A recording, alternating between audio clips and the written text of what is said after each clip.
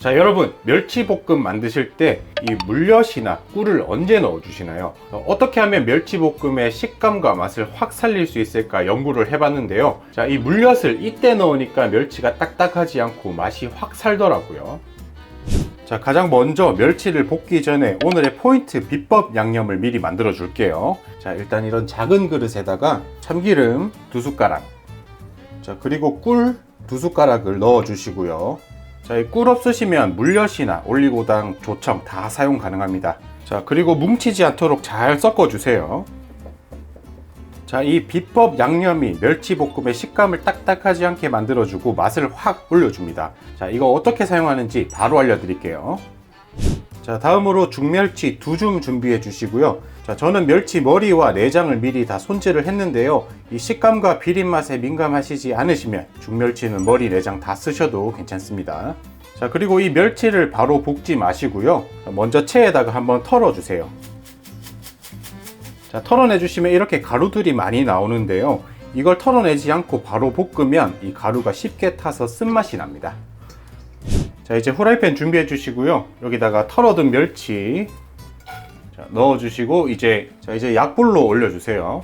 그리고 여기에다가 아무것도 넣지 말고 덮어 주세요. 멸치가 바삭하지 않고 딱딱해지는 이유 중 하나가 바로 여기에 있는데요. 자, 간혹 잡내를 잡는다고 여기에다가 맛술을 넣고 볶아줍니다. 그런데 제가 실험을 해보니까 이 잡내는 둘째치고 멸치가 껌처럼 너무 질겅질겅해집니다.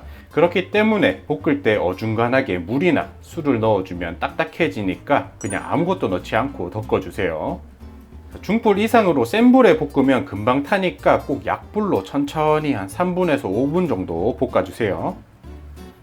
이제 멸치에서 고소한 냄새가 나면 이제 불 꺼주시고요. 다음으로 체에다가 한 번 더 가루를 털어내 주세요. 자, 다음으로 멸치를 이렇게 그릇에다 옮겨 담아 주시고, 자, 여기서 포인트입니다. 여기에다가 아까 만들어둔 요 비법 양념을 넣고 잘 버무려 주세요. 자, 왜 굳이 양념을 이렇게 따로 만들어서 버무려 주나요 하실 텐데요. 이 잡멸치는 이렇게 하지 않으셔도 됩니다. 그런데 죽멸치 이상으로 큰 멸치는 이 꿀이나 물엿을 나중에 넣으면 첫 번째로 멸치의 단맛이 잘 스며들지가 않습니다. 그래서 맛이 따로 노는데요. 이렇게 미리 버무려 두면 단맛이 먼저 스며들어서 맛이 겉돌지 않고 착 스며듭니다. 자, 두 번째로 이 꿀만 넣어서 버무리니까 너무 달고 식감이 쩍쩍 들러붙어서 별로였는데, 이 참기름을 섞어서 버무리니까 식감도 들러붙지 않으면서 바삭하고 참기름 향도 은은하게 나서 정말 좋았습니다. 자, 주의하실 점은 이 참기름 대신에 물이나 이런 맛술을 넣으시면 멸치가 눅눅해집니다. 자, 이렇게 10분간 재워둘게요. 자, 다음으로 부재료 손질해 줄게요. 먼저 마늘 6알. 자, 마늘을 써실 때 이렇게 길이로 썰어 보세요. 자, 이렇게 마늘 결대로 썰어 주시면 드실 때 식감이 훨씬 더 쫄깃쫄깃해집니다. 다음으로 생강 조금. 이 생강은 씹히면 맛있으니까 잘게 다져 주시고요. 다음으로 매운 고추 2개, 홍고추 하나 준비해 주시고요. 씨는 잘 털어내 주시고요. 자, 고추는 익히지 않고 거의 생으로 먹을 거라서 너무 두껍지 않게 썰어 주세요. 자, 다음으로 양념장입니다. 먼저 고춧가루 1숟가락, 다음으로 설탕 반 숟가락, 다음으로 고추장 1숟가락. 고추장이 많이 들어가면 텁텁하고 너무 들큰해지거든요. 그러니까 딱 1숟가락만 넣어주세요. 다음으로 미림 2숟가락. 자, 마지막으로 멸치액젓 1숟가락 넣어주세요. 제가 진간장, 참치액, 그리고 멸치액젓으로 각각 양념을 만들어 봤는데요. 이 진간장과 참치액도 맛있었지만 이 멸치에 멸치액젓을 넣으니까 맛이 딱 맞아 떨어지는 게 찰떡궁합이었습니다. 자, 그런데 멸치도 짠데 멸치액젓 넣으면 너무 짜지 않나요 하실 텐데요. 제가 단맛과 고소한 맛으로 맛의 균형을 잡아줘서 드셔보시면 별로 짜지가 않습니다. 자, 이제 볶아줄게요. 자, 후라이팬에다가 여기 딱 식용유 반 숟가락만 넣어주세요. 기름을 너무 많이 넣으면 느끼하고 나중에 기름 쩐내가 날 수가 있습니다.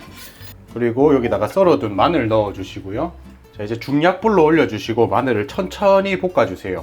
자, 이 마늘을 센 불에서 빨리 볶으면 이 마늘의 맛있는 향이 충분히 우러나지가 않거든요. 그래서 한 3분 정도 뭉근히 기름에 마늘 향을 뽑아주세요.